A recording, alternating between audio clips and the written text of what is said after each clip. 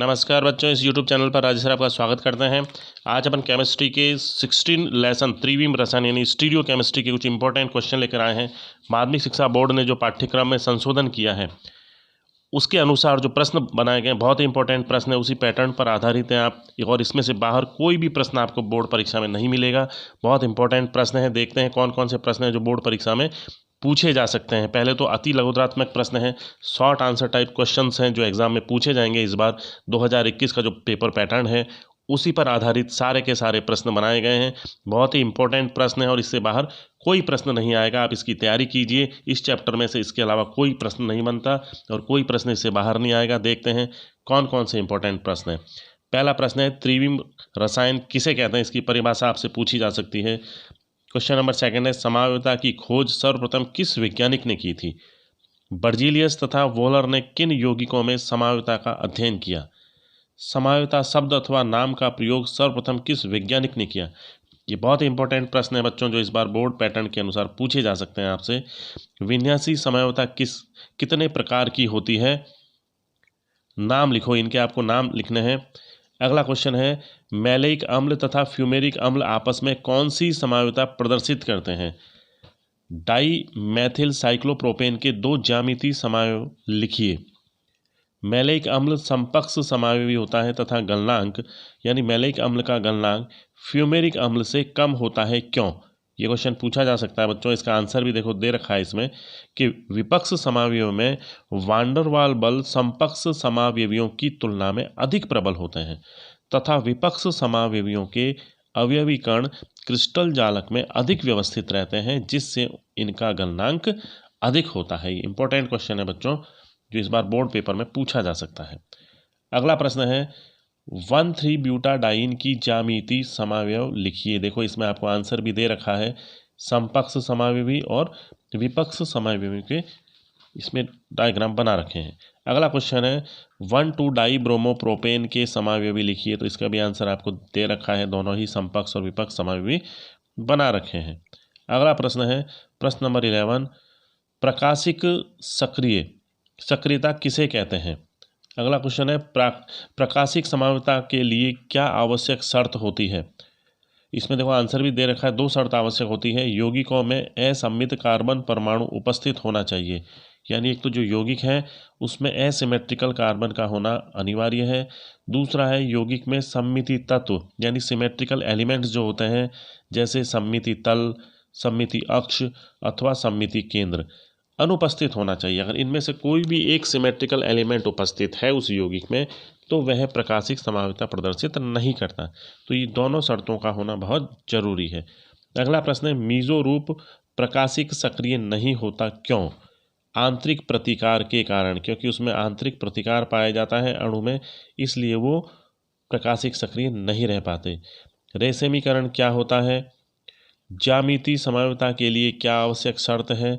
इसके लिए देखो जो शर्त है, कंडीशन जो 2 हैं वो है कि एक तो कार्बन कार्बन के मध्य प्रतिबंधित घूर्णन उपस्थित होना चाहिए, यानी प्रतिबंधित घूर्णन का मतलब डबल बॉन्ड होना अनिवार्य है। दूसरा है, कार्बन कार्बन डबल बॉन्ड में से किसी एक कार्बन पर दोनों समूह समान नहीं होने चाहिए, क्योंकि जब एक कार्बन पर दोनों ही समूह समान होंगे तो वो ज्यामितीय समावयवता प्रदर्शित नहीं कर पाएगा। तो ये दोनों शर्त हैं इसके लिए। अगला क्वेश्चन है बच्चों, प्रश्न नंबर 16, असममित कार्बन परमाणु अथवा किरेल केंद्र किसे कहते हैं? प्रश्न नंबर 17, जल में किस प्रकार का सममित अक्ष पाया जाता है? तो इसका आंसर भी दे रखा है बच्चों, C2 अक्ष इसमें पाई जाती है। 18वां क्वेश्चन है, मीजो टार्टरिक अम्ल में किस प्रकार का सममिति तल पाया जाता है? ये छोटे छोटे क्वेश्चन पूछे जा सकते हैं बच्चों बोर्ड एग्जाम में, तो इसका भी आंसर है क्षैतिज सममिति तल इसमें पाया जाता है। अगला क्वेश्चन है, लैक्टिक अम्ल का रेशेमिक मिश्रण प्रकाशिक अक्रिय होता है, क्यों? तो इसका आंसर है बच्चों, बाह्य प्रतिकार के कारण ऐसा होता है। प्रश्न नंबर 20, प्रतिबिंब समावयवी यानी एनेंसियोमर्स किसे कहते हैं?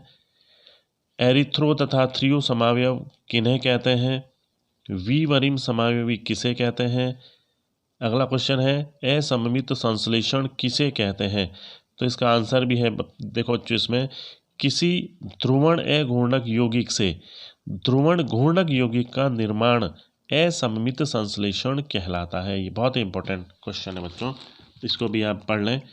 अगला प्रश्न है, ऐसे हाइड्रोकार्बन का संरचना सूत्र लिखिए जिसमें असममित कार्बन परमाणु नहीं होते हुए भी वह प्रकाशिक सक्रिय होता है। यह भी बहुत इंपॉर्टेंट क्वेश्चन है बच्चों।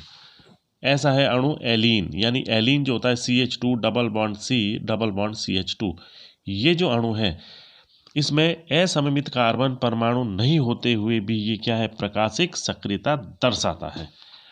अगला प्रश्न बच्चों, एथेन द्वारा प्रदर्शित, ये जो क्वेश्चन है ये इस बार कोर्स में से हट गया है क्योंकि स्वरूपण समवायता इस बार कोर्स में नहीं है बच्चों 2021 के लिए।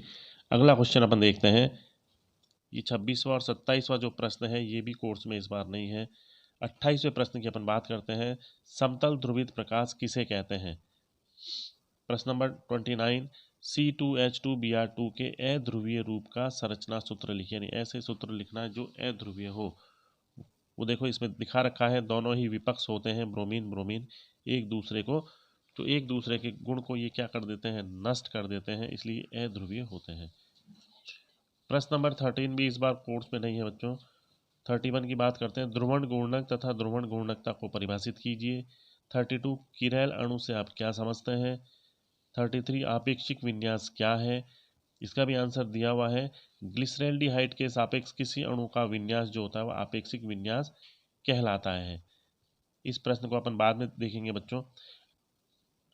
अगला जो क्वेश्चन है, विशिष्ट घूर्णन किसे कहते हैं, यानी T डिग्री सेंटीग्रेड ताप पर 1 डेसीमीटर यानी 10 सेंटीमीटर लंबी प्रेक्षण नली में भरे हुए 1 ग्राम प्रति मिलीलीटर सांद्रता वाले विलयन में से लैम्ब्डा तरंगदैर्घ्य का समतल ध्रुवित प्रकाश गुजारने पर प्रेक्षित कोण विशिष्ट घूर्णन कहलाता है। यानी जितना कोण हम प्रेक्षित करते हैं वो उसका विशिष्ट घूर्णन कहलाता है। आणविक घूर्णन तथा विशिष्ट घूर्णन में क्या संबंध है, इसका आंसर पूछा जा सकता है। अगला प्रश्न है इसमें, ग्लिसरैल्डिहाइड के D तथा L विन्यास को लिखिए।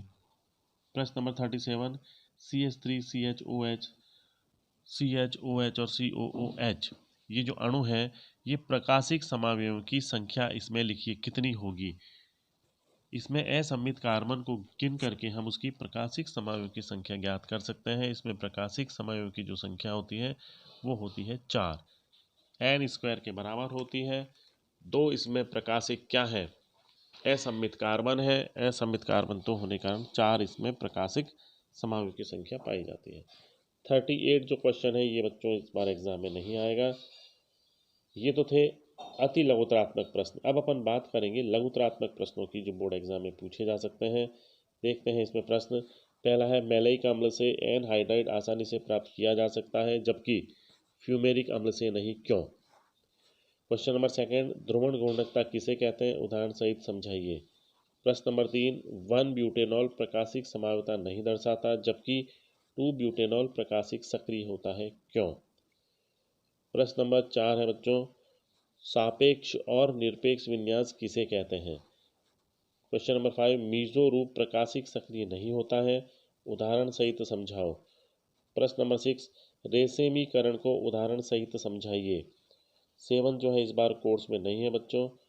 प्रश्न नंबर 8 है, समपक्ष विपक्ष समावयवता को एक उदाहरण द्वारा समझाइए। प्रश्न नंबर 9 है, सिन यानी जिसे सम कहते हैं, एंटी यानी प्रति, समावयवी किसे कहते हैं, उदाहरण देकर समझाइए।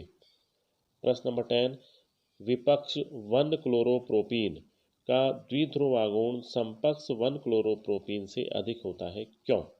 ये क्वेश्चन भी इंपॉर्टेंट है बच्चों, इस तरह के प्रश्न पूछे जाते हैं जिनका कारण पूछा जाता है। अगला क्वेश्चन है, मैलेइक अम्ल का गलनांक फ्यूमेरिक अम्ल से कम क्यों होता है। इसके आंसर की बात अपन अभी इसी पेपर में चर्चा कर चुके हैं।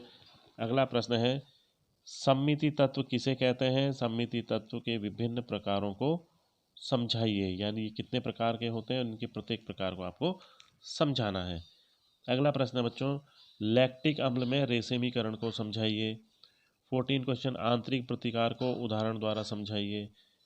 15 प्रकाशिक समावयवों के पृथक्करण की जैव रासायनिक वियोजन विधि को समझाइए, किस प्रकार से इनको पृथक किया जा सकता है। 16 निम्नलिखित यौगिकों के D और L विन्यास लिखिए। ग्लिसरैल्डिहाइड का और लैक्टिक अम्ल का डी और एल विन्यास आपको लिखना है। अगला प्रश्न बच्चों, ऑक्जेम में ज्यामितीय समवायता को समझाइए। प्रश्न नंबर 18, निम्नलिखित को परिभाषित कीजिए। अप्रतिबिंबी समावयव यानी जिनको वीवरिम समावयव कहते हैं, और दूसरा मीजोरूप। इनकी आपको परिभाषा लिखनी है, इनको समझाना है। क्वेश्चन नंबर 18 और 19 जो है इस बार कोर्स में नहीं है बच्चों, इस बार कोर्स से हटा दिए गए हैं। 2021 का जो पेपर पैटर्न होगा, तो ये कुछ बहुत ही इंपॉर्टेंट प्रश्न थे बच्चों चैप्टर नंबर 16 त्रिविम रसायन में से। इससे बाहर कोई भी प्रश्न आपसे नहीं पूछा जाएगा, क्योंकि इसके अतिरिक्त कोई प्रश्न नहीं बनता है। तो आप इन प्रश्नों की प्रैक्टिस कीजिए, बोर्ड परीक्षा में इनमें से आपको जरूर क्वेश्चन मिलेंगे। अगर आपको ये चैनल अच्छा लगता है तो आप इसे सब्सक्राइब कीजिए। मेरा चैनल नेम है केमी साइंस विद राजेश सर, क्योंकि ऐसे ही इंपॉर्टेंट क्वेश्चन लेकर मैं फिर आऊँगा और भी अच्छे प्रश्नों के साथ। धन्यवाद।